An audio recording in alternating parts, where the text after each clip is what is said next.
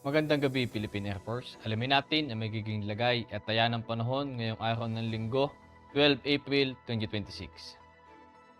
Para sa ating synoptic situation, patuloy pa rin nakakaapekto ang ridge of high pressure dito sa Northern Luzon.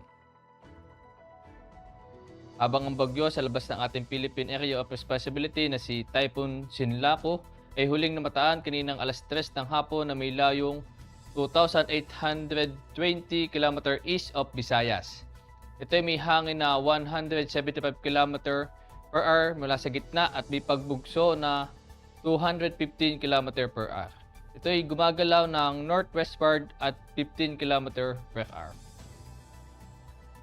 At para naman sa General Area Forecast, sa Luzon, gayon na rin sa Metro Manila, Visayas at Mindanao, ay makakaranas ng bahagyang maulap hanggang sa maulap na kalangitan na may pulo-pulong pag-ulan, pagkulog at pagkidlat.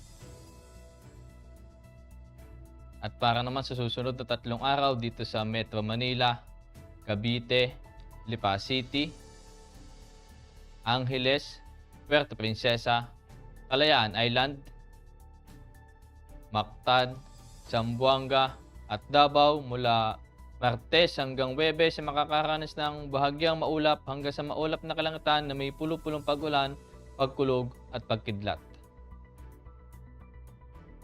Ang araw ay lumubog kaninang 18:10 at sisikat bukas ng 05:44. At para naman sa moon illumination, meron tayong 28% decreasing. At para manatiling updated sa lagay at taya ng panahon, i-follow lamang ang Air Force Weather Center sa aming mga official social media accounts.